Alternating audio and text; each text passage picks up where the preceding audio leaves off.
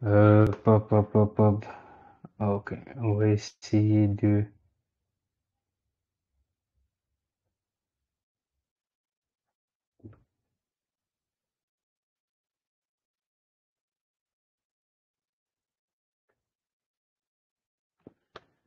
hum,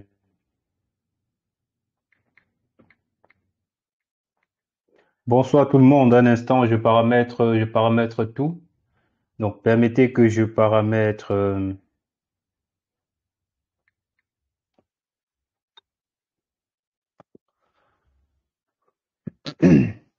Ok.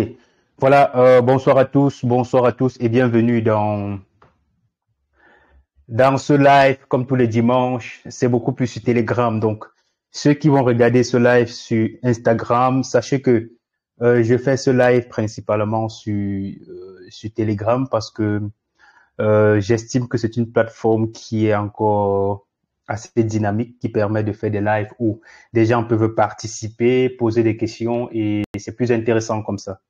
Alors, dans le live de ce dimanche, 20 février 2022, c'était prévu qu'on devrait parler de garant. Donc, comment trouver un garant lorsqu'on veut venir poursuivre ses études en Belgique et quelles sont les stratégies qu'il faut mettre sur pied pour pouvoir euh, se rassurer qu'on a un garant solvable, se rassurer que notre garant qui doit pouvoir signer la prise en charge des demandes de visa, voilà, remplit toutes les conditions. Alors, en plus de ça, c'est vrai que c'était le sujet principal de ce live. Mais je dois une fois de plus parler des admissions parce que nous sommes vraiment en plein dans cette période de recherche et d'admission. Et comme vous savez, pour moi, l'admission est plus importante que le visa. Donc, c'est vrai que c'est un peu paradoxal parce que si on n'a pas de visa, on ne voyage pas. Mais en même temps, si on n'a pas d'admission, on ne peut pas introduire une demande de visa. Voilà pourquoi, pour moi, il est important de pouvoir obtenir une admission auprès d'une université ou d'une haute école. Donc, on va entrer dans le vif du sujet parce que il faut bien que à la fin de ce live, vous puissiez participer comme d'habitude, c'est-à-dire me poser des questions, me poser vos préoccupations et voilà, si je peux, j'apporte des éléments de réponse parce que toujours est-il que je ne vais pas vous mentir qu'il y a des éléments, il peut forcément avoir des questions dont je n'ai pas de réponses. Donc, soit je peux aller chercher, mais pour les questions dont je détiens peut-être des réponses, rassurez-vous, je dois essayer de répondre à la fin de ces lives comme d'habitude. Merci d'être connecté. Bonsoir à Fanel, bonsoir à Luc, bonsoir comment il s'appelle? À Yvan, je suppose que c'est Yvan. Toi, tu as un nom bizarre là. Ouais, bonsoir à tout le monde. Donc comme je dis, ceux qui regardent le live peut-être sur Instagram, rassurez-vous, c'est beaucoup plus sur Telegram qu'il faut suivre le live parce que voilà, vous avez la possibilité de participer. Donc, il faut déjà savoir que pour venir poursuivre des études en Belgique, il y a un élément incontournable qu'on appelle la prise en charge. Et la prise en charge doit être signée par un garant, donc cette personne-là qui dispose des moyens financiers conséquents pour pouvoir s'engager envers l'État belge pour votre séjour en Belgique. Donc, dès lors que vous décidez de venir poursuivre des études en Belgique, rassurez-vous d'avoir un garant ou alors de pouvoir obtenir un garant euh, tout au long de la procédure. Pourquoi? Parce que sans garant, il est impossible d'introduire une demande de visa. Donc, c'est un élément incontournable pour la demande de visa. Et même s'il y a certains établissements qui exigent de plus en plus déjà un document de prise en charge signé par le garant lors de la constitution des dossiers de demande d'admission, il n'en demeure pas vrai que c'est le document qui intervient beaucoup plus lors de la demande de visa. Donc, il y a beaucoup d'informations qui ont été mises à jour entre-temps. Donc, il y a des informations au sujet du garant ont été mises à jour parce que de plus en plus la Belgique essaie d'adapter voilà des conditions en fonction des aléas de la procédure.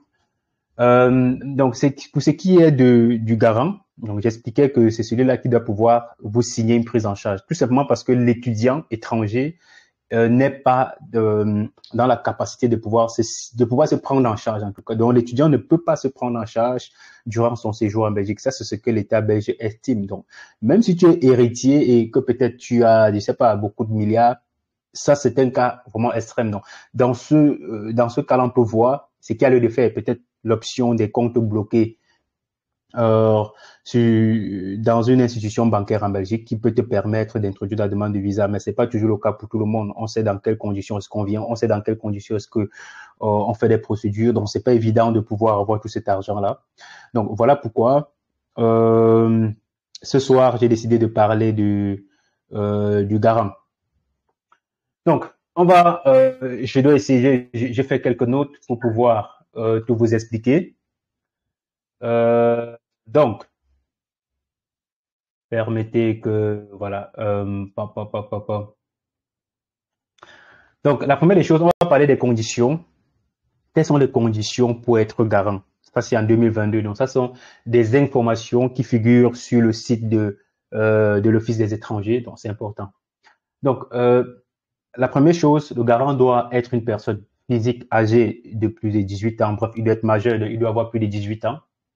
Et le garant doit avoir la nationalité belge, donc ou être un citoyen européen ou de l'Union européenne bénéficiant d'un droit de séjour de plus de 3 mois en Belgique ou dans un autre État membre de l'Union européenne, ou être un ressortissant d'un pays tiers admis ou autorisé à séjourner en Belgique ou dans un État membre de l'Union européenne pour une durée illimitée, ou être un membre de la famille jusqu'au 3e degré, inclus du ressortissant d'un pays tiers pris en charge. Donc, c'est à ce niveau-ci que l'information a fuité il y a quelques jours. Beaucoup de gens s'inquiétaient, on se posait la question. Donc, maintenant, le garant, est-ce que le garant doit forcément être un membre de la famille? Ce n'est pas ce qui est dit sur le site de l'Office des étrangers. Donc, on dit tout simplement que ça, c'est sauf si le garant ne réside pas dans un pays, soit en Belgique, ne réside pas en Belgique, ou dans un pays membre de l'Union européenne. Donc, c'est sauf s'il ne réside pas dans l'un de ces pays, les pays membres de l'Union européenne ou la Belgique, qu'il est censé être un membre de votre famille. Donc, ça, c'est, par exemple, si le garant est au Cameroun, par exemple, et que l'étudiant est au Cameroun, il faut bien justifier des liens qui existent entre le garant et l'étudiant. Donc, vice-versa. Donc, si, par exemple, le garant est en Côte d'Ivoire, si le garant est dans un pays autre qu'un pays européen, il faut bien justifier des liens. La question que je me pose, pourquoi il s'avère peut-être qu'il y a eu des fausses prises en charge qui ont été faites hors des États membres de l'Union européenne et c'est difficile parfois de vérifier certaines informations. Donc, voilà pourquoi ils préfèrent un pays membre de l'Union européenne parce que c'est encore plus facile d'avoir des informations sur le garant. Ça, c'est mon avis. Donc, ils ont précisé que le membre de la famille qui se porte garant doit établir avec de la documentation son lien de parenté au premier, deuxième, troisième degré avec le ressortissant d'un pays tiers qu'il prend en charge en tout cas. Donc maintenant, le garant doit disposer des moyens de subsistance réguliers et suffisants pour lui-même, pour toute personne à sa charge et pour tout ressortissant d'un pays tiers pris en charge. Donc, bien évidemment, le garant doit pouvoir, s'il a d'autres personnes en charge, il faudrait bien que ses revenus lui permettent déjà de prendre en charge ces personnes-là avant de pouvoir prendre en charge également l'étudiant dont il veut signer la prise en charge, soit pour toute la durée des études ou pour une année d'études. Donc là, maintenant, on va parler des montants. On dit, ces moyens doivent être au moins égaux à 120% du montant du revenu d'intégration sociale accordé à une personne vivant avec sa famille à sa charge. C'est-à-dire, donc, 1738,98 € net par mois, montant indexé en date du 1er janvier 2022. Donc, parce que chaque année, il faut toujours aller sur le site. Chaque année, ils indexent un nouveau montant et le montant est mis à jour. Donc, et à ce montant s'ajoute le montant minimum. Donc, chaque ressortissant d'un pays qui est pris en charge doit disposer, c'est-à-dire 679 euros net par mois. Donc, en fait, les 679 ou 679, donc, bienvenue à tous ceux qui auront le visa pour la Belgique. Sachez tout simplement que en Belgique, 70, comme ça se dit, forcément au Cameroun, Côte d'Ivoire, sauf au Congo, dans plusieurs pays francophones, 70. En Belgique, ça se dit 70. Et 90, en Belgique, c'est dit 90. Donc, ça sont des expressions, vous allez devoir vous habituer quand vous allez arriver. Non, je ne vous casse pas la tête avec ça. Donc, le montant dont un étudiant est censé disposer en Belgique durant, en fait, pour un mois, on suppose que un étudiant a besoin de 679 euros. On va essayer de faire la conversion. Un instant, je cherche ma calculatrice. Où est-ce que j'ai mis cette calculatrice? Un instant. De toute façon, je vais essayer de calculer directement en ligne pour que vous ayez le montant en francs CFA. Parce que il y a beaucoup d'étudiants parfois qui font des jobs en Belgique et dès lors qu'ils ont gagné 2000 euros, ils vont appeler au pays pour dire que mais j'ai travaillé, j'ai jobé, on m'a payé 2000 euros. Dans sa tête, c'est beaucoup d'argent en fait. Parce qu'on convertit en francs CFA. Et c'est l'erreur qu'il faut pas faire parce que ici, tu peux avoir beaucoup d'argent, mais à la fin du mois, tu n'as plus rien. Donc, on est à, je disais,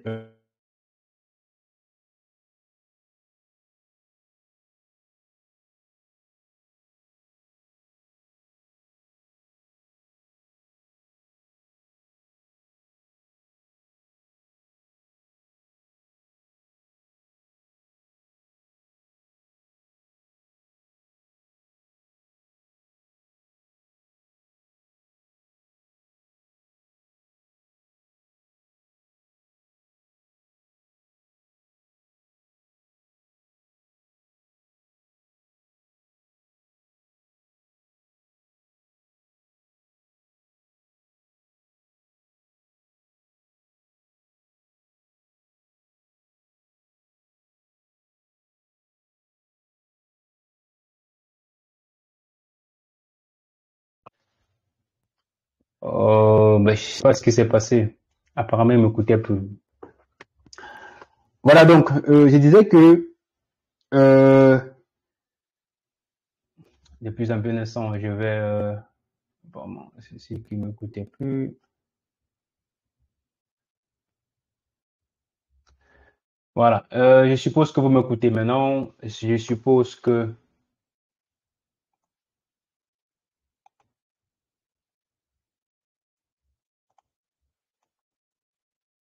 ok, super. Merci à Ryan, hein, merci de m'avoir dit que de l'autre côté, les gars m'écoutaient plus. Vous savez que ici c'est le VIP, hein? Periane, bonsoir Periane, Fanel, Luc, Yvan, Kevin, voilà. Mais apparemment de l'autre côté, dans le grand groupe, on ne m'écoutait plus. Ah, mais c'est dommage, c'est pas grave. Donc, je disais donc que pour trouver un garant, donc cette personne-là qui va pouvoir signer la prise en charge, il faut déjà voir avec les membres de la famille, qui dans la famille peut le faire, parce que c'est un document, en fait, je veux dire, c'est un élément incontournable dans la procédure. Donc, s'il n'y a personne vraiment qui peut le faire, ça complique les choses. Parfois, c'est même difficile, voire impossible. De toute façon, c'est impossible de pouvoir introduire une demande de visa sans document de prise en charge. Alors, dès lors qu'il y a quelqu'un dans la famille qui peut le faire, ce que je le souhaite pour vous, voilà, tant mieux. On avance la procédure. Maintenant, s'il n'y a personne, il faut voir avec l'entourage, donc des amis proches. Ça peut être une connaissance, ça peut être des amis de la famille. Donc, comme je disais, il faut toujours essayer de discuter avec des personnes qui sont susceptibles de vous écouter, poser son problème. C'est important parce que je connais beaucoup d'étudiants je connais beaucoup d'étudiants qui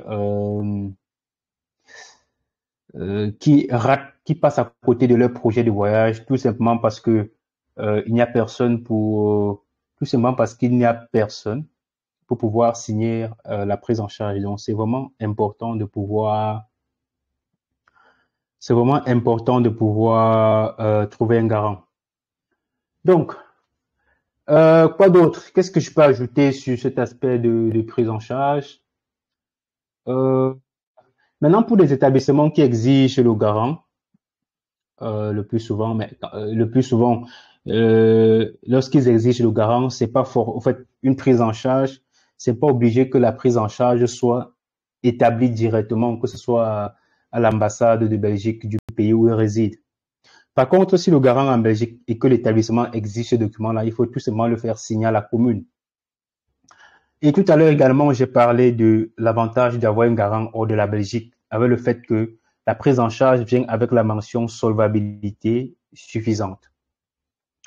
Par contre, maintenant, le garant, lorsque le garant est en Belgique et qu'il établit votre prise en charge, il va à la commune doit tout simplement signer, ils vont tout simplement signer ou alors légaliser sa prise en charge, mais ils ne vont pas vérifier la solvabilité du garant. Donc, c'est au niveau de l'Office des étrangers. Ce qui veut dire que dès lors qu'on transmet le document de prise en charge à l'étudiant, et l'étudiant se rend à l'ambassade et introduit sa demande de visa, le plus souvent, son dossier de demande de visa doit remonter en Belgique parce qu'il faudrait bien que la prise en charge revienne auprès du service de l'Office des étrangers pour qu'ils puissent analyser pour voir est-ce que ce garant est solvable. Étant donné qu'il est en Belgique, ils ont toutes les informations. Donc, ils savent vérifier effectivement si ce garant-là est solvable. Donc, et imaginez si vous introduisez votre demande de visa, même dans les délais, ça peut être en mai, et que l'Office des étrangers prend 3 mois pour vous répondre. Ça veut dire qu'on a mai, juin, juillet. Et par exemple, en fin juillet, les gars rejettent votre demande de visa, tout en vous faisant comprendre que le garant est insolvable. En ce moment-là, il faut faire un recours. Donc, on suppose que voilà, vous allez trouver notre garant qui va signer la prise en charge. Mais on est en fin juillet. Donc, le temps de faire un recours, obtenir une nouvelle prise en charge, introduire une nouvelle demande de visa sort en août.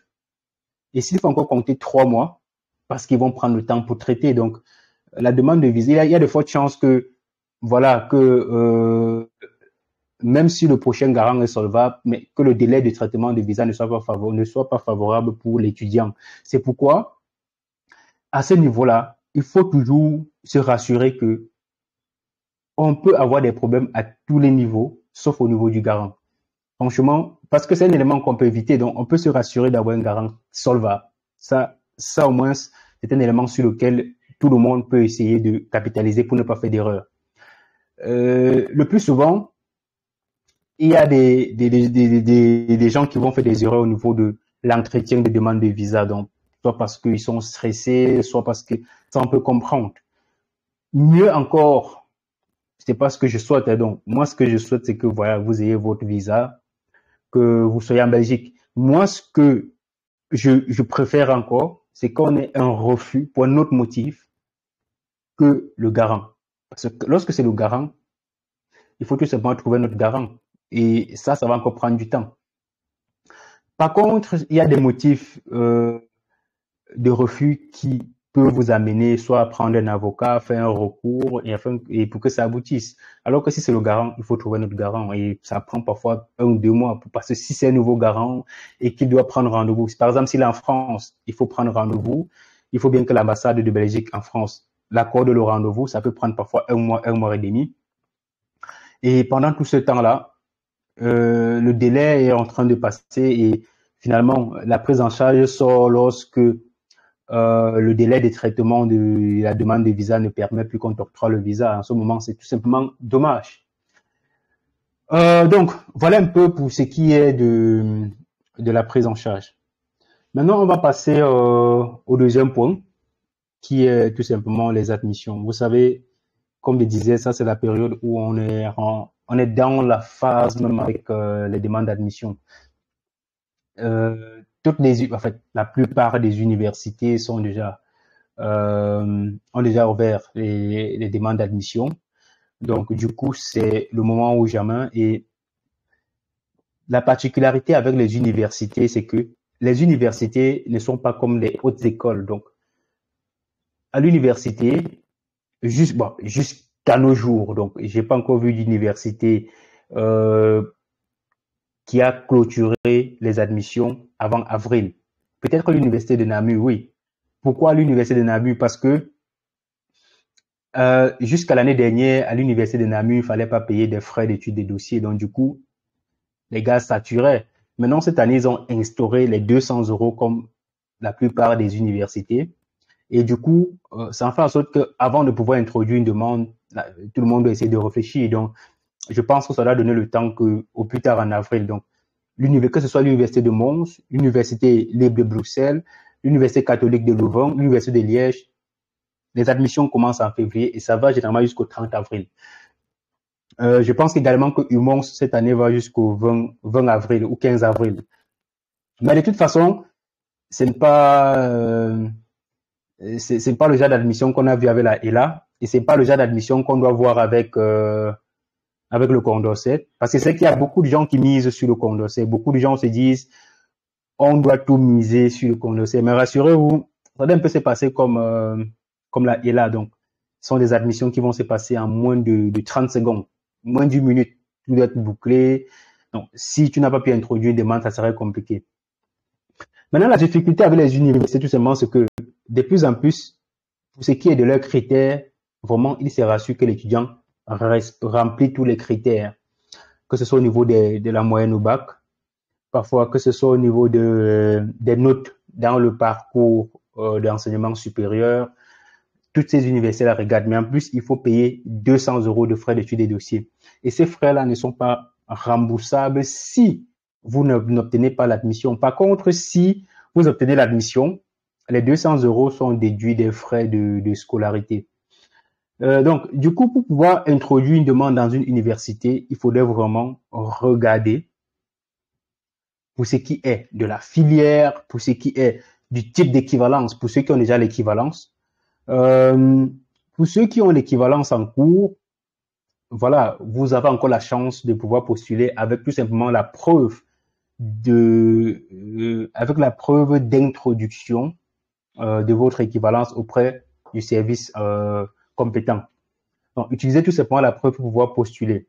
Mais maintenant, le piège, c'est quoi? J'ai un étudiant qui est arrivé cette année. Il a eu l'équivalence qui donnait accès pour les études en sciences en sciences biologiques. Je crois que c'est ça.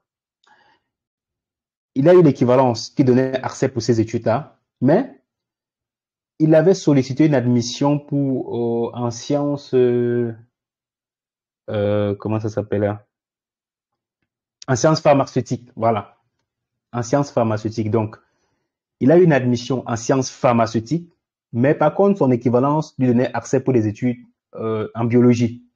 Et lorsqu'il est arrivé en Belgique, je crois qu'il avait même bien finalisé son inscription à l'ULB, il avait payé les frais de scolarité, il avait même commencé des cours, mais il a été surpris en fin octobre. Oui, fin octobre, il a été surpris. L'université lui a envoyé un courrier où il disait que, en fait, son équivalence ne donnait pas accès pour des études en pharmacie. Donc, du coup, il était obligé. Finalement, on a désinscrit de l'ULB. Ils ont dit, soit tu vas présenter l'examen d'admission. L'examen d'admission est passé parce que l'examen se soit en juin et l'examen a lieu en juin et en août.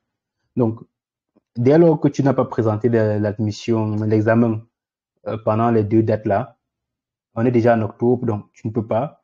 Ou alors, il faut demander au service des équivalences de t'établir une équivalence qui donne accès pour des études en pharmacie. Bon, c'est ce que j'ai fait. On a introduit un recours auprès du service des équivalences, mais le service des équivalences a tout simplement fait comprendre que ce n'était pas possible de réévaluer son équivalence. Donc, dans ce cas, qu'est-ce qu'il fallait faire?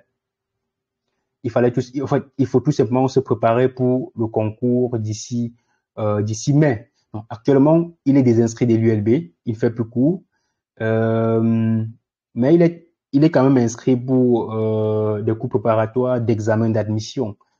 Maintenant, étant donné que c'est sa première année, je souhaite vraiment que le service des équivalents, le service des étrangers au niveau de la commune ne l'embête pas l'année prochaine lors du renouvellement parce que il aurait perdu une année à cause de ce genre de truc. Mais rassurez-vous, ceux qui ont l'équivalence, de plus en plus les universités ou alors les écoles regardent le domaine de formation, donc te donne accès ton équivalence. Donc, si tu as une équivalence qui te donne accès pour des études de sciences de gestion, désormais, c'est impossible d'aller s'inscrire en paramédical avec ce genre d'équivalence, ça va pas passer. C'est bien que dans le passé, c'était possible. Donc, avant, c'était possible, mais de plus en plus, ça ne passe plus. C'est pourquoi même à ce niveau-là, l'équivalence est un élément très important. Donc, étant donné qu'on est en face dans les demandes d'admission, comme je disais, actuellement, les universités, la plupart ouvrent. On pense qu'il y a encore l'université de Namur qui, cette semaine-ci, doit forcément ouvrir ses admissions. Maintenant, pour ce qui est des hautes écoles, il faudrait s'attendre à plusieurs hautes écoles. Hein. Donc, il y a également Enalus, cette haute école-là. Il y a également ECAM à Bruxelles. Certes, ils exigent 13 de moyens, 13 sur 20 au bac. Il y a Condorcet qui doit arriver. Il y a Albert Jacquard à Bruxelles qui ouvre également à partir du 7 au 11 mars prochain. Il y a également l'EFEC à Bruxelles qui ouvre également, ça doit être soit en avril, un truc comme ça. Il y a également Prigogine, toujours à Bruxelles. Mais les écoles que je cite là, forcément, n'ont pas toutes les filières. Donc, il ne faudrait pas croire que par exemple, Prigogine, pour ceux qui viennent pour des études en sciences de gestion, ne peuvent pas postuler là-bas parce que c'est uniquement dans le paramédical. Donc, je donne la liste des écoles et je pense que je dois également vous donner cette liste d'écoles-là pour tous ceux qui sont dans le groupe privé, pour que vous, avec les différentes dates, donc je vais récapituler toutes les dates et je mettrai ça dans le groupe pour que vous vous préparez personnellement avec vos dossiers. Donc ça, c'est très important. Donc, voilà un peu pour, une fois de plus, pour ce qui est des demandes d'admission. Bientôt, je vais commencer avec les décomptes, comme j'ai l'habitude de le faire. Donc, ensemble, on va compter le nombre d'admissions qu'on aura. Donc, pour le moment, rassurez-vous, on n'a pas encore d'admission, mais on sait qu'on doit les avoir. Donc, ça, on est tranquille. Tous ceux qui ont confié le dossier, rassurez-vous, on travaille dessus. Donc, on prépare tout le nécessaire. On a déjà introduit une partie des demandes d'admission, donc on attend. Quoi d'autre? Je pense qu'il y a des étudiants qu'on a introduits au ce soir, qui a déjà clôturé. Il y a des écoles de septième où on a également introduit. Il y a des universités où on a introduit, etc. Mais ça, c'est pour ceux qui remplissent les critères. Donc, c'est pas pour tout le monde. Maintenant, ceux qui ne remplissent pas les critères, on a des hautes écoles où on va pouvoir introduire des demandes d'admission pour vous. Donc, rassurez-vous. Et c'est la chose la plus compliquée actuellement, les admissions. Donc, je pense que la plupart des gens qui auront une admission dans une université ou dans une haute école cette année, la plupart auront le visa parce que ça devient de plus en plus difficile d'avoir une admission. Donc, le tamis se fait à ces niveaux-là. Donc, on commence à réduire le nombre au niveau des admissions. Comme ça, au niveau de la demande de visa, il y a peu de gens et ces peu-là, c'est ces gens-là qui auront le visa. Donc, voilà, je crois avoir expliqué tout ce que j'avais à expliquer. Ce soir, je vais maintenant laisser la possibilité à vous qui m'écoutez de pouvoir poser des questions. Donc, je suis à vous. Je vous écoute. Ceux qui veulent bien participer, pourquoi pas. Je vous écoute. Hein. Euh,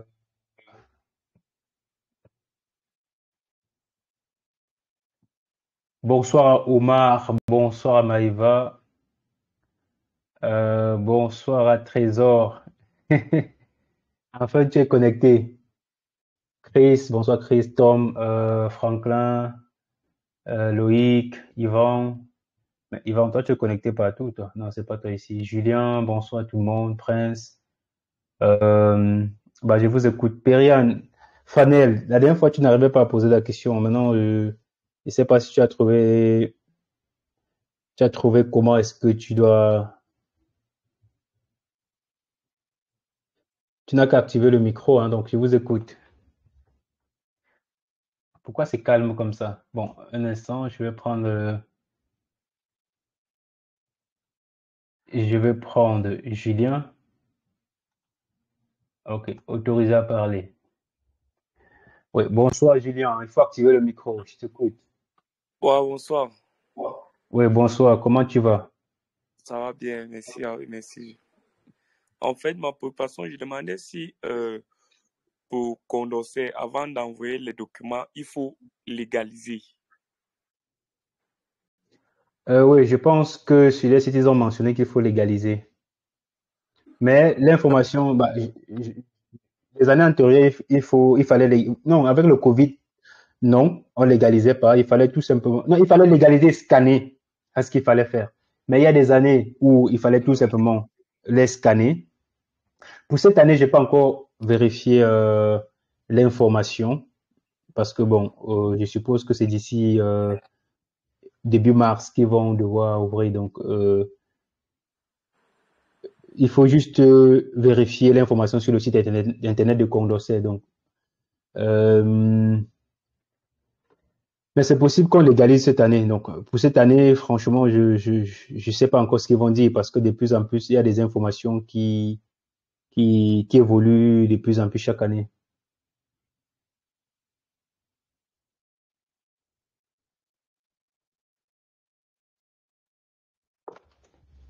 Une autre question?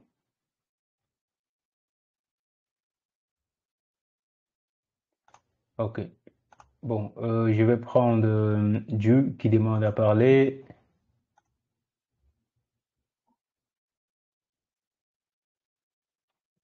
Ouais, Dieu, bonsoir. Il faut activer ton micro. Ok. Bonsoir, monsieur. Oui, bonsoir. Comment tu vas? Et je vais bien. Et j'ai deux questions à poser rapidement. La première question est, bon, moi, je suis au Bénin, je suis béninois et puis j'ai obtenu mes diplômes au Bénin et ici au Bénin, bon, on ne nous délivre pas le diplôme. Donc, j'ai que les relevés de notes et les attestations de licence et de master. Donc, je voudrais savoir avec les attestations et les relevés de notes, est-ce que je peux postuler aux admissions?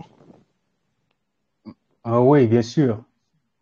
Si au Bénin, on ne délivre pas de diplôme, il est fort probable que l'école où tu dois devoir postuler, ils vont te demander le diplôme. Et ils vont te dire que si le diplôme n'est pas disponible, ou alors si on ne délivre pas de diplôme, ils vont te demander de ramener une attestation de non-délivrance du diplôme. Donc, en ce moment-là, il faudrait te rapprocher de l'école ou de, je sais pas, l'institution qui délivre le relevé. Ils vont tout simplement te faire un document comme quoi le diplôme soit n'est pas disponible ou on ne délivre pas de diplôme. C'est ça qui va convaincre en fait l'école comme quoi il n'y a pas de diplôme au Bénin, quoi. Ok, ok, je comprends maintenant. Maintenant, Mhm. la deuxième chose, c'est, bon, je essaye de vous écrire sur votre numéro, mais ça ne passe pas. Donc, je voudrais une assistance.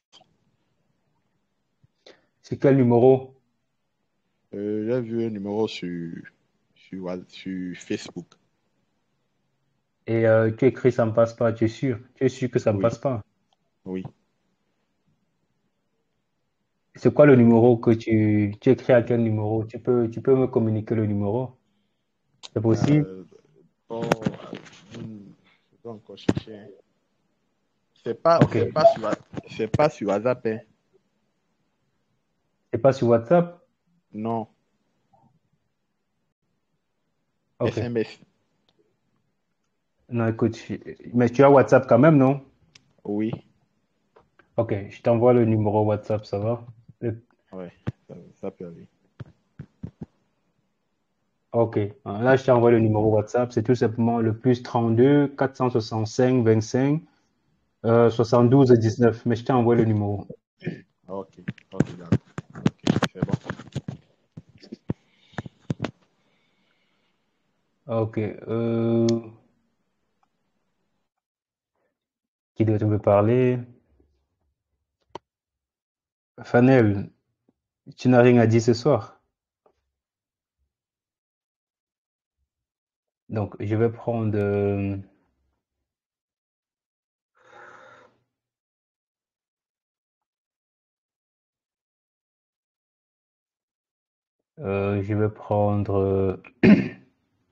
Prince. À l'écoute. Bon, je vais prendre Prince. Ok, Prince, bonsoir. Herman, tu peux parler. Il faut activer le micro. Bonsoir. Bonsoir, Herman. Comment tu vas? Bien, bien, bien, bien. Bon, j'avais une préoccupation là. Bon, j'ai eu le bac en 2018, et puis en 2018 avec 14 de moyenne. Et je n'ai pas pu continuer dans le cycle universitaire vu certaines difficultés. Bon, en 2020, j'ai fait une formation d'aide-soignant. J'ai fait un concours d'aide-soignant, j'ai passé jusqu'à maintenant. Je suis en train de travailler dans une formation sanitaire et j'ai quand même lancé la procédure par un ami, j'ai lancé la procédure. On a eu à faire la demande d'équivalence. C'était en février, oui, en février, début février. Bon, là, maintenant, je voulais savoir si c'est possible quand même, parce que je ne sais pas si c'est possible de pouvoir justifier un peu les années ou peut-être il ne va pas falloir justifier les années vu que c'est pour l'équivalence du baccalauréat. Donc, euh, tu as eu le bac et il y a eu des années où tu n'as pas fait des études, c'est ça? Et tu veux Oui, savoir. Donc, oui, effectivement, il faut être capable de justifier toutes les années passées depuis l'obtention du diplôme de baccalauréat. Ça, c'est la base. Donc, dès lors que tu as eu le bac, s'il y a 7 ans qui se sont écoulés après l'obtention de ton bac, quand tu veux venir étudier en Belgique, il faut être capable de justifier toutes ces années-là. Ça, c'est ce qu'il faut. Donc, si tu ne peux pas justifier déjà toutes ces années-là, ça va être compliqué quand même. Maintenant, euh, pour ce qui est de la note que tu as eu au bac, oui, c'est une bonne note. Mais le piège, c'est que, je ne sais pas le document que vous avez mis dans le dossier de demande d'équivalence, mais vu que tu as fait des études d'aide-soignant, il y a de fortes chances que ton équivalence soit de type court. Pourquoi? Parce que en Belgique, le plus souvent, le domaine paramédical, tel que soins infirmiers, aides-soignants, psychomotricité, diététique, des trucs comme ça, c'est dans le type court. Donc, c'est pourquoi j'ai dit il y a de fortes chances que le service des équivalences t'octroie une équivalence de type court. Donc, ça dépend aussi vraiment des documents qui ont été mis dans le dossier de demande d'équivalence. Maintenant, si on part sur la base que tu as une équivalence de type court, ça veut tout simplement dire que tu ne peux pas introduire une demande une demande d'admission dans une université. Donc, malgré les 14, tu seras obligé de postuler uniquement dans les hautes écoles et autres. Maintenant, si je reviens à ta question, oui, il faut justifier, il faut tout à fait justifier toutes les années passées depuis le bac. et Ça va? ok. C'était un peu ça la Ok, préoccupation. ok. Merci beaucoup et je vais prendre quelqu'un d'autre. Euh, il y a personne. Kevin. Oui, bonsoir. C'est Kevin? Ouais. Bon, monsieur, moi, je suis actuellement en train d'essayer de postuler pour l'université de Mons. et j'ai relevé quand même quelques questions. Je voudrais savoir, à la partie des équivalences, là, il y a plusieurs questions à choix multiples, mais néanmoins, il n'y a pas de questions qui me permettent de cocher, par exemple, l'introduction à la demande d'équivalence. Parce que si je seulement que j'ai déjà, soit les questions sont soit j'ai déjà obtenu ma demande d'équivalence, soit je n'ai pas encore introduit ma demande d'équivalence. Mais néanmoins, il n'y a pas de partie qui dit que j'ai introduit ma demande d'équivalence. Donc, je ne sais pas quoi cocher là-bas. Oui, il faut Mais à la cocher. fin, justement, parmi les, à la fin, tu vois, et on arrive à la fin, je vois justement parmi les justificatifs, ils disent justement que je dois avoir un justificatif de l'introduction à la demande d'équivalence. Mais pourtant, précédemment, il n'y a pas cette possibilité de cocher introduction là. Donc, je ne sais pas Si, comment ça se passe. si, il y a un endroit, je pense qu'ils ont fait une erreur au niveau de l'intitulé parce qu'ils ont vraiment mis à jour leur site internet. Euh, il y a un endroit, comment est-ce que je peux faire? Mais écoute, je vais faire une capture, même demain, je vais t'envoyer. Ok. Il y a un endroit où Et il faut aussi, cocher, il y a un endroit où il faut cocher, et dès lors que tu coches, tu vas mettre la date d'introduction de la demande d'équivalence. ok. Ouais. Ok. Je voudrais aussi savoir, en ce qui concerne le garant, là, vous avez dit, en plus du plan de financement, il va devoir falloir fournir l'annexe 32, c'est bien ça? Euh, Parce que, je comprends pas bien ta parce que pour préoccupation. l'université de Mons, là, je n'ai pas vu qu'il fallait l'annexe 32 pour ça, donc je ne sais pas si c'est un peu perdu. Non, non, non. L'université de Mons ne demande pas l'annexe 32. L'université de Mons, Et je, c'est tout simplement le plan de financement. Donc, dans le plan de financement, il faut cocher le montant que euh, tu es censé dépenser par an. Donc, ils ont même précisé, il faut cocher, on suppose que l'étudiant annuellement en Belgique doit dépenser, je crois, c'est plus environ 8 000 euros, plus ou moins. Donc, il y a un endroit où tu dois cocher budget annuel 8 000 euros ou 9 000 euros ou 10 000 euros. Et en plus de ça, il y a les frais de scolarité qu'il faut également mentionner, 835 euros. ok. Ouais.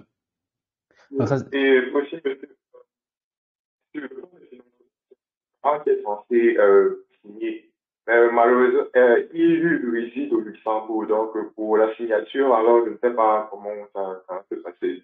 Alors, non, le plan de financement, c'est pas le garant qui signe, c'est toi qui vas signer le plan de financement. c'est moi qui pensais. Ouais, c'est pas le garant. Ok. Mhm. Et dans une autre rubrique, justement, toujours sur le site de l'Université de Mons, il y a une partie à propos de l'urbanisation, quand on dit justement le numéro du domicile ou le code postal. Malheureusement, justement, je ne peux pas. Vous avez, dans la vidéo, justement, vous avez dit qu'on pouvait jeter ces parties-là, mais je ne peux pas valider cette étape-là si c'est que je n'ai pas, si c'est que je n'ai pas rempli, en fait. Moi, j'ai juste, pour présentement, j'ai juste mis n'importe quelle Il est information. 21h30. Voilà. Pardon. Non, non, je t'écoute. J'ai juste mis n'importe quelle information pour pouvoir survoler et voir la suite, par exemple, des documents comme je demandais plus tard. Mais néanmoins, je n'ai pas encore suivi ma demande et je veux savoir quoi répondre au numéro de domicile et au code postal. Parce que on ne peut pas, je ne peux pas enregistrer et passer à l'étape suivante. Comme ça fait difficile, c'est que je n'ai pas répondu à ça. Oui, donc à ce niveau, comme je disais, c'est que quand on a le guide et j'explique, il faut mettre, je crois que comme ville, tu vas mettre la ville ou le quartier. Oh non, adresse, tu mets ton quartier de résidence. Le numéro, bah, on sait qu'il y a pas de, on sait que les maisons n'ont pas de numéro, donc c'est que tu mets tu peux mettre un numéro au hasard. Code postal, généralement, je recommande de mettre l'indicatif du pays, hein, plus de 237 tout simplement. Euh, Ville, bah, tu mets la ville, Douala, Yaoundé, Bafoussam, je sais pas, tu mets la ville. Et le pays, tu mentionnes le pays. Maintenant, où c'est très important, ce sont des informations, en fait, l'adresse où l'université doit envoyer euh, tes documents. Bon, par exemple, ton document d'admission, il faut bien que l'université t'envoie ça à une adresse. C'est pourquoi on parle de personne de contact. Donc, en ce moment-là, il faut donc une personne de contact en Belgique ou dans un pays de l'Union européenne, ça peut être la France, le Luxembourg, la Suisse, l'Allemagne, n'importe où, même pays de l'Union européenne. Il faut une adresse dans l'un de ces pays-là pour pouvoir réceptionner les documents. Je pense que dans le guide complet, j'ai dit également que voilà, vous pouvez mettre mon adresse. Ceux qui ont pris le guide peuvent utiliser mon adresse et mon nom. Donc, il faut mettre le nom de la personne de contact. Ça peut être mon nom et mettre l'adresse. Donc, ça permet à l'université d'envoyer le document d'admission rapidement à cette personne de contact-là qui va pouvoir ensuite envoyer le document au Cameroun ou dans le pays de résidence et d'étudiants. Donc, j'ai des conseils souvent fortement de mettre une adresse du Cameroun, par exemple, parce que ils vont envoyer le courrier, mais ça va jamais arriver parce que voilà, c'est pas une adresse, c'est pas tout le monde qui a une boîte postale au Cameroun. Où est-ce que je veux dire? Donc, c'est pourquoi j'ai dit, tu peux survoler, mais au niveau de la personne de contact et l'adresse, il faut mettre une adresse valable à ce moment-là. Ok. Mhm. Merci, monsieur. Non, je t'en prie. Quelqu'un d'autre a une question? Et aussi, s'il vous plaît, pour l'université du niveau de Bruxelles, là, j'ai constaté justement en parlant un petit peu où c'est pas, enfin, selon moi, peut-être que je m'y prends mal, mais c'est pas disponible. Je vois les études s'arrêtent vraiment au bloc 1. Parce que quand je vérifie, euh, je choisis ma filière, par exemple, j'ai choisi bachelier en sciences informatiques. Ça met seulement, il y a le bloc 1, mais il n'y a pas au-delà du bloc 1 ou alors poursuite de cursus, justement comme mentionné dans la vidéo. Ouais, ça veut dire que dans ce cas, cette filière-là n'a peut-être pas la poursuite de cursus, donc c'est ça, donc il faut un instant, je vais vérifier ça aussi.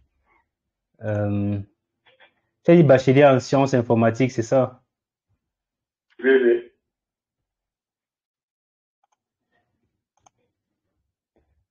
Mais je vois ici bachelier en sciences et informatiques, poursuite de cursus. Comment tu dis que tu ne vois pas? Hmm? Peut-être c'est qu'ils ont mis le site à jour, parce que Non, non, dernièrement, ils n'ont pas mis ce site à jour aujourd'hui ou hier. Donc, il y a, voilà, bachelier. Tu choisis bachelier en sciences informatiques et tu choisis bachelier en sciences informatiques poursuite de cursus, tout simplement. Il faut toujours vérifier les informations. C'est ça que je reproche. Il faut toujours être curieux, en tout cas. Ça va? ok, Qui bon, d'autre a une question? Euh, ok, je vais prendre celui-ci. Ah, il a un nom bizarre, c'est difficile. Sefiu. Ah, bonsoir, Sefiu. Tu peux activer le micro. C'est qui parle là? Oui, oui, bonsoir. Ouais, bonsoir.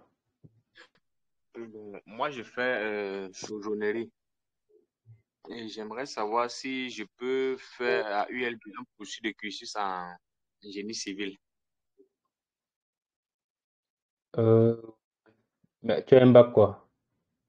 J'ai un BT, donc j'ai un bac en chaudronnerie, j'ai un bac technique. Et tu as déjà ton équivalence. Bon, bon, c'est là au niveau des experts. Et après le bac, tu as fait quoi comme étude? BTS et licence professionnelle, toujours en chaudronnerie. Et au moment d'introduire la demande d'équivalence, tu as mis l'attestation des licences ou pas? Oui, j'ai mis tout cela. Et le domaine d'études choisi, tu te rappelles du domaine d'études que tu as, au moment où tu remplissais l'équivalent, tu te rappelles du domaine le domaine de formation que tu avais choisi pour la Belgique? J'ai pris sciences et technologies, je pense. Sciences de l'ingénierie. Sciences et ingénierie. Bah, ok, oui, dans ce cas, tu peux postuler en ingénieur civil. Bah, je pose des questions parce que il faut éviter, bah, il faut prier de ne pas avoir une équivalence de type court parce que dans ce cas-là, même si tu as une admission, comme j'expliquais tout à l'heure, pour le cas de l'étudiant qui est arrivé avec une admission, mais son équivalent ne lui a pas permis de poursuivre des études parce que c'était pas une équivalence dans le domaine dans lequel il a obtenu une admission. Oui, un ingénieur civil, pourquoi pas? Oui, tu peux postuler normalement. Parce que, vu les informations que tu m'as fournies, normalement, tu es censé avoir une équivalence des types longs pour le domaine sciences et technologie. Donc, c'est, oui, c'est possible. D'accord. Mm. Merci. De rien, c'est sûr. Ok. Oui, qui voulait parler ici? Oui, Fanel, bonsoir. Mm. Enfin, tu parviens.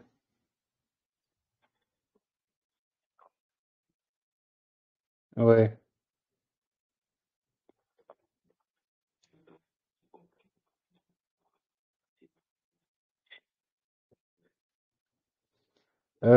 Donc, dans ce cas-là, on va gérer ça dans le groupe, non? Ça, c'est des informations que je ne vais pas communiquer ici. Comment est-ce qu'on fait? Tu vois. Oui, ça, c'est possible. C'est pourquoi il dit qu'on va voir ça dans le groupe. Mhm. Dis-moi, je t'écoute.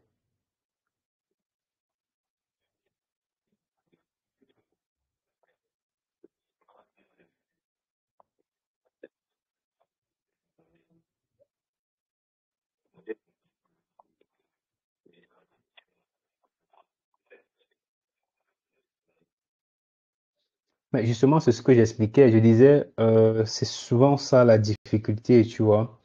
Là, on est dans un scénario où on ne sait pas trop. Donc, tu peux avoir une inscription dans un domaine bien précis. Euh, Après, quand l'équivalence sort, c'est dans un autre domaine. Et quand tu introduis la demande de visa, le plus souvent, ça passe. Donc, ça me pose, même à ce niveau, même au niveau de la demande de visa, ça ne me pose pas problème. C'est quand tu arrives en Belgique que c'est souvent problématique au niveau de l'école, quand il faut finaliser l'inscription et poursuivre des cours. Donc, étant donné que ce n'est qu'en ce moment-là qu'ils ont l'équivalence définitive, ils disent carrément que voilà, on ne peut pas finaliser ton inscription parce que ton équivalence ne te donne pas accès à ces études-là. Donc, ça, c'est la difficulté. Et vraiment, je ne souhaite pas que l'étudiant qui a eu ces problèmes cette année, je ne souhaite vraiment pas voir des autres dans ce problème-là. Parce que là, Mané, il est à la maison, hein, il est à la maison. Donc, il dit qu'il est à la maison, ça veut dire qu'il ne va plus en cours, il est désinscrit de l'ULB parce que son équivalent ne donnait pas accès pour ses études-là.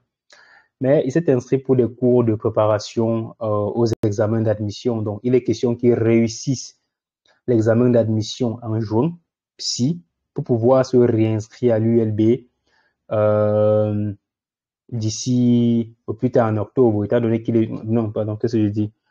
Je crois au plus tard en août, vu qu'il est déjà sur le territoire, donc euh, il a la possibilité de s'inscrire jusqu'au mois d'août. C'est ceux qui ne sont pas sur le territoire qui ont besoin d'un visa, qui doivent s'inscrire au plus tard le 30 avril. Donc, pour revenir à ta préoccupation, oui, c'est ça la difficulté parce que voilà, il ne, on a introduit une demande d'équivalence depuis novembre. On est déjà en février, bientôt mars, mais on n'a pas de réponse pour la demande. Donc, du coup, euh, on ne peut que postuler en se disant que voilà, le service des équivalences doit nous accorder une équivalence dans le domaine pour lequel on postule. Mais au niveau des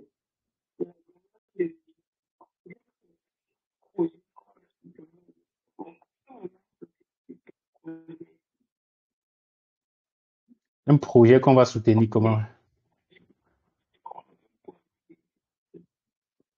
Ouais, mais défendre son projet d'études, c'est présenter, c'est faire son entretien de demande de visa. Donc, quand on dit défendre un projet, c'est pas une thèse, c'est pas une soutenance, c'est tout simplement que, en fait, c'est une interview de demande de visa. Et pour le cas de la Belgique, c'est toujours écrit. Bah, jusqu'à l'année dernière, l'entretien de demande de visa, c'est écrit. Donc, c'est un formulaire de, je crois, comme 2 pages, 2 ou 3 ou 4 pages. Bref, c'est écrit. Et c'est une série de questions où il faut répondre. Donc, il faut dire pourquoi vous avez choisi la Belgique, pourquoi vous voulez venir étudier en Belgique, quelles sont les raisons, quelles sont vos motivations. En fait, c'est un peu ça, soutenir son projet d'études. Donc, c'est pas dans le sens où il faut. Donc, ça n'a rien à voir avec l'équivalence dont on parle maintenant et le rapport avec la mission, quoi. Ouais. Oui, et tout ça, toutes ces questions-là, on va traiter ça au moment venu. Donc, tous ceux qui sont, en fait, tous ceux qui ont soit le guide complet ou que je suis personnellement, pour le moment, ce sont des admissions. Une fois qu'on a l'admission, au niveau de la préparation des demandes de visa, ça, on va le faire, ne vous inquiétez pas. On va travailler sur le questionnaire, comment répondre aux questions, comment, comment bien mûrir son projet de voyage, etc. Donc, tout ça va être fait, quoi. Donc, ne mettons pas la charrue avant les bœufs, allons pas à pas.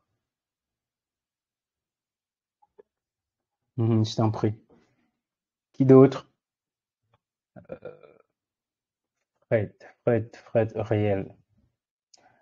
Je vais prendre Omar. Omar. Bonsoir Omar, il faut activer le micro. Il faut activer ton micro pour parler. Bonsoir, monsieur. Oui, bonsoir. Comment tu vas? Je vais bien. Au fait, je suis nouveau dans votre groupe. Ma question est celle de savoir, bon, j'ai pu introduire ma demande d'équivalence depuis le 11 janvier, mais jusque-là, je pas. Bon, c'est en ligne, c'est en cours de traitement. Et j'aimerais savoir si je peux faire la capture d'écran et introduire cela dans ma demande d'admission. Si c'est Oui, vraiment. oui, tu peux le faire, oui. Ok, c'était ça ma question, monsieur. Ok, je t'en prie. Non, tu peux le faire, il n'y a pas de problème. Ok. Aussi, j'ai eu à envoyer mes documents là-bas. J'ai eu à me renseigner chez certains camarades. Ils m'ont dit qu'il faut à tout prix avoir mon diplôme, donc certifier mes diplômes avant d'envoyer pour l'admission. Et là, moi, j'ai dû envoyer mes diplômes sans certifier ça. Ça ne dérange pas? Bah, ça dépend des écoles. Il y a des écoles qui vont pas demander des documents certifiés. Non, déjà les universités. Pour ce qui est des universités, ils ne demandent pas de documents certifiés. Maintenant, ça dépend des hautes écoles. Donc, il y a des hautes écoles qui vont forcément demander des documents certifiés en ce moment. Je sais pas comment. Peut-être c'est possible de légaliser, de certifier des documents sans les originaux. Donc, ça, il faut voir. Mais jusque-là, j'ai pas mes originaux avec moi. Mais tu n'avais pas scanné des documents avant d'envoyer au service des Non, équivalences? j'ai eu à scanner, garder, mais j'ai pas. Comme ce ne sont pas les originaux, là, c'est pas.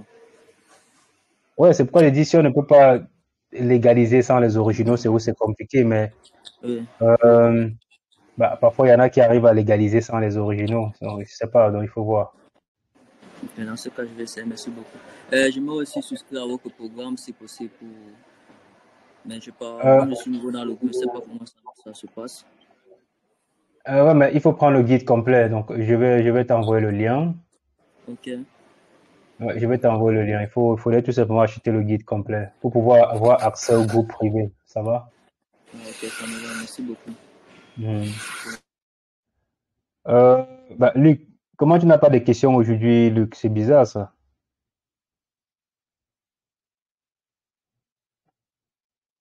René n'a pas de questions, c'est bizarre. Bon, je vais prendre Fred. Bonsoir, Fred. Euh,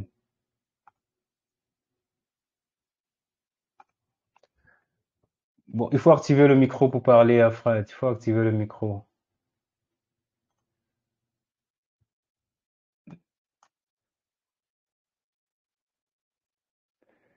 Bon, Fred n'est pas disponible. On va prendre, on va revenir à Julien. Il y a Julien qui demande encore la parole, donc on va l'autoriser encore à parler. D'accord, merci de me repasser la parole. En fait, j'avais un souci particulier. J'aimerais savoir si entre le bachelier U-Business et le bachelier peut-être en informatique de gestion, il y a une similitude. C'est vrai qu'ils ne sont pas dans le même domaine, mais quand je regarde le programme de formation, ils ont pratiquement les mêmes matières en fait. Donc,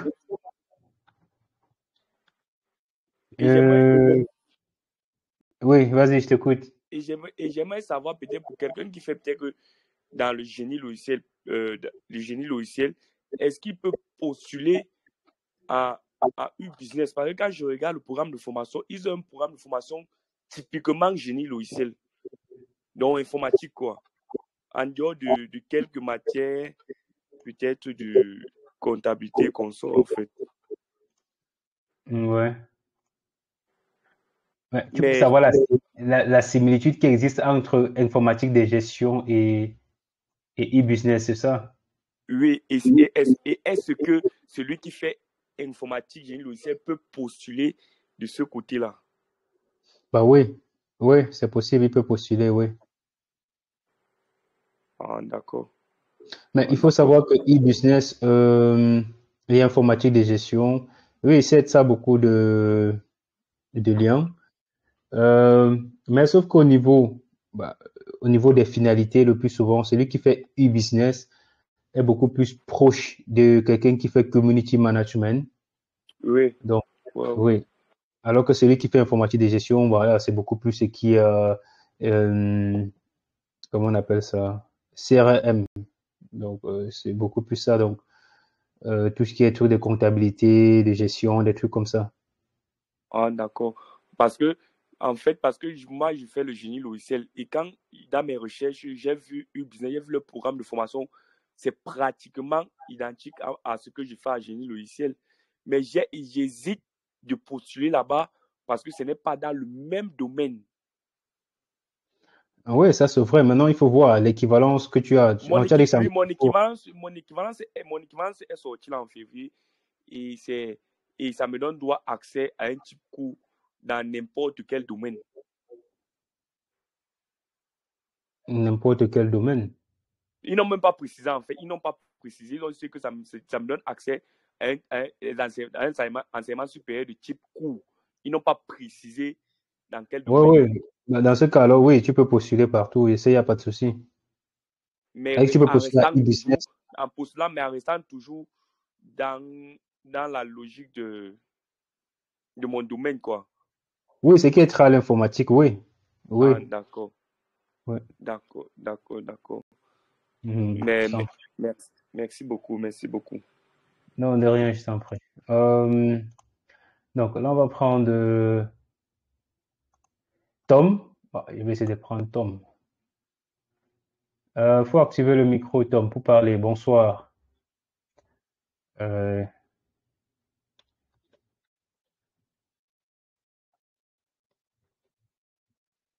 Bonsoir, Tom, je t'écoute.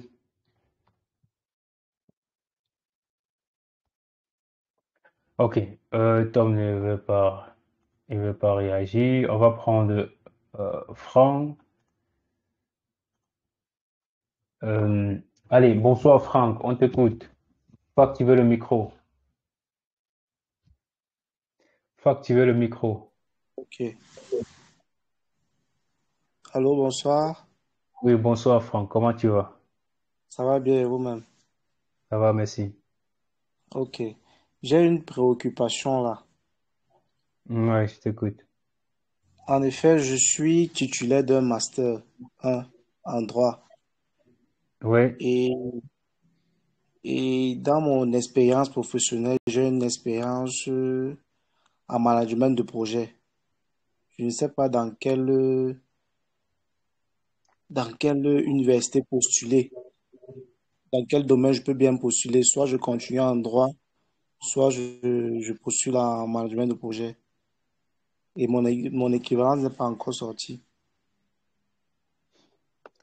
Euh, Moi, je conseillerais de postuler dans un domaine qui a très haut droit. Qui a trait au droit.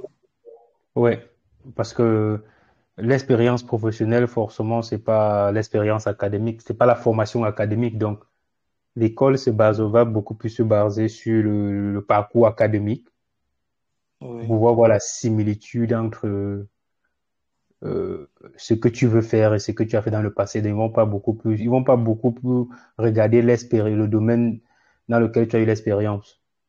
Donc, c'est mieux de regarder un domaine dans le droit. Il y a le droit des affaires, bref, il y a beaucoup de branches dans le droit, il faut regarder. Ok.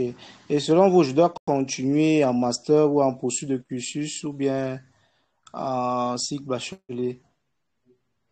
Maintenant, ça dépend des notes que tu as obtenues dans ton parcours académique, donc de la première jusqu'au master 1. Si tu as des très bonnes notes, tu peux essayer de postuler pour un master, non, pour refaire le master 1 et 2. Oui. Euh, mais si euh, la moyenne de toutes ces années-là, en fait, si à la licence, tu n'as pas eu une moyenne générale de 13 sur 20, moi je dirais, il faut postuler en poursuite de cursus. Ok. Merci Mhm. beaucoup. Je t'en prie, Franck. Ok, merci. Euh, qui d'autre? Bah, on va prendre Yvan. Voilà. Bonsoir, Yvan. Il faut activer le micro. Il faut activer ton micro pour parler.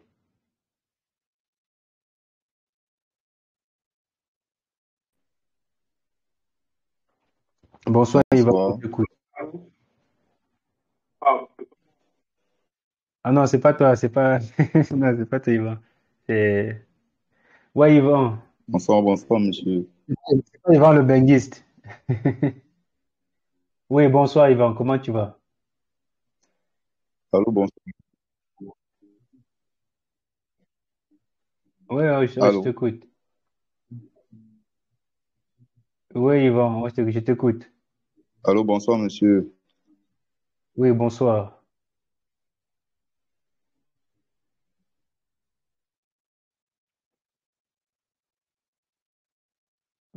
Ah, dommage. Je sais pas, peut-être qu'il va aller pouvoir son micro. Je vais prendre.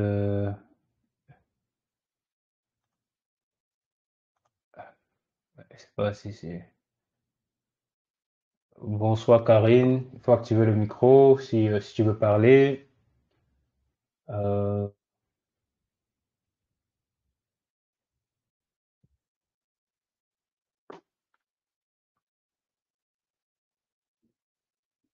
Bonsoir, Karine. Bah, apparemment, tu veux pas parler.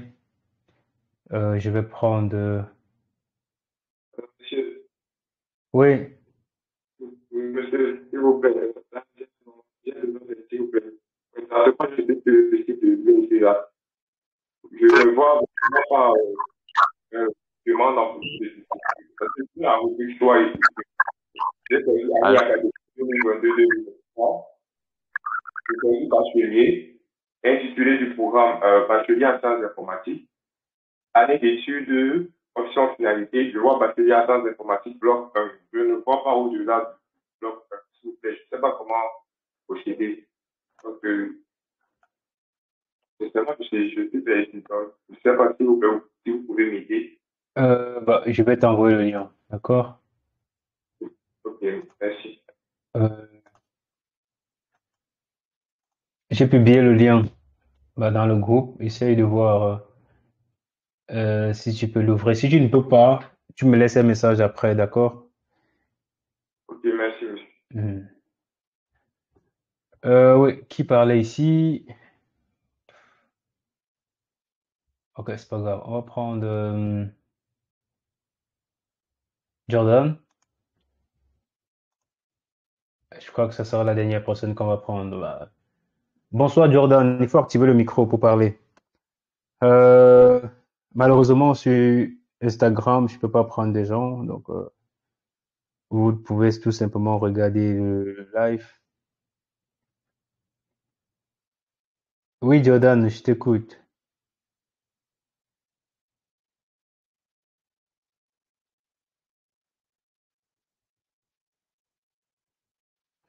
Ok. Donc, écoutez, mieux, voilà. Donc, si ce sont pas mes personnes qui parlent ici dans le groupe privé, moi, je prends plus des gens dans le grand groupe, désolé. Euh, donc, je tenais à dire à tous ceux que j'accompagne personnellement, cette semaine, on va, ceux dont les dossiers sont pas complets, il faudrait qu'on se batte pour que tous les dossiers soient complets cette semaine-ci qui va commencer. Donc, il faut vraiment que tous les dossiers soient complets pour qu'on puisse avancer pour les démarches d'admission. Par contre, pour ceux dont les dossiers sont complets, rassurez-vous, on fait le nécessaire. Et pour ce qui est des équivalences, parce qu'il y a encore beaucoup de gens qui me posent des questions, l'équivalence à quel niveau et tout. Vous savez, on peut vérifier en ligne. Donc, il y a moyen de vérifier à quel niveau le statut de la demande d'équivalence sur le site officiel du service des équivalences. Donc, en allant sur le site, il faut choisir mon dossier. Il faut choisir, en plus, il faut cliquer sur mon dossier a-t-il été bien réceptionné. Dès lors que vous cliquez dessus, vous pouvez mettre vous devez mettre le nom, prénom et la date de naissance. Donc, une fois que vous mettez ces informations, vous validez. On va vous montrer votre numéro de dossier et vous copiez tout simplement ce numéro de dossier là et vous recliquez sur mon dossier sur le site ou alors vous revenez sur la page de vérifier l'état d'avancement de ma demande. En ce moment, il faut mettre le nom, prénom et le numéro de dossier, le numéro de code barre de votre équivalence. Alors, à ce moment, vous avez des informations sur le statut. Donc, quoi d'autre?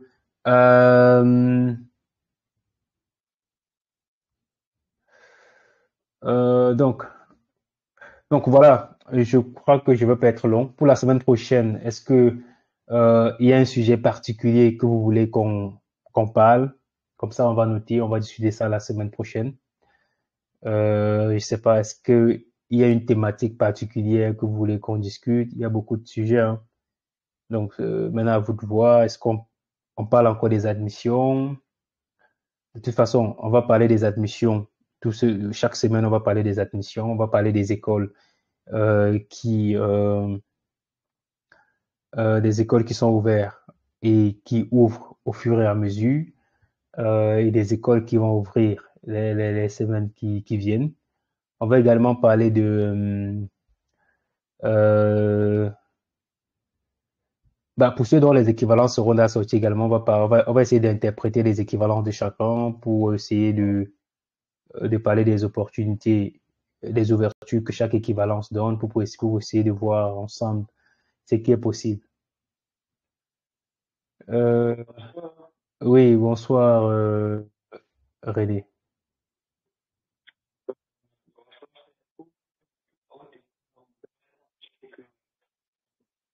Oui.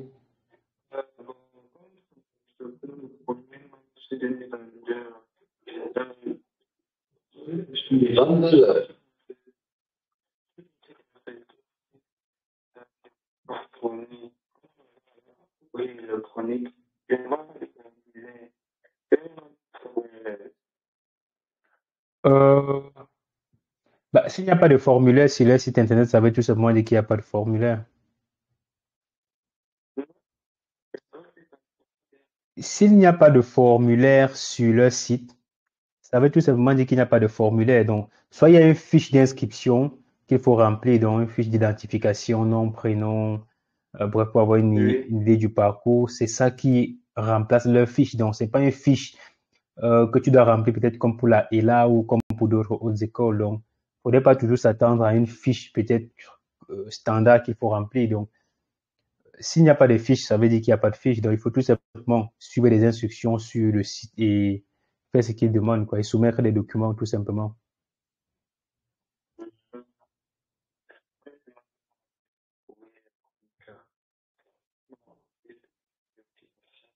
Mhm. Ok.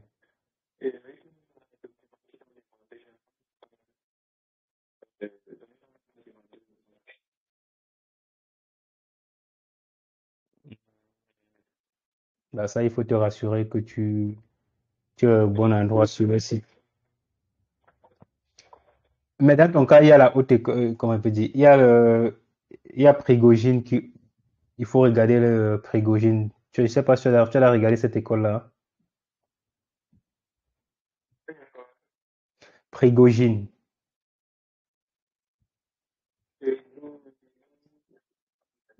Attends, je vais publier dans le groupe. Attends, je mets dans le groupe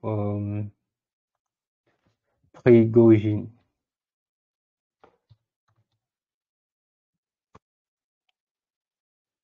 Et je crois que c'est ça. Oui, je viens de mettre dans le groupe.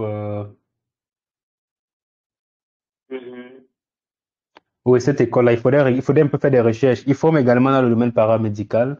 Donc, vu que tu fais, c'est quoi, c'est chimie ou un truc, biologie, oui. Ouais, ils ont des filières comme, euh, comment ça s'appelle ça? Psychomotricité, oui.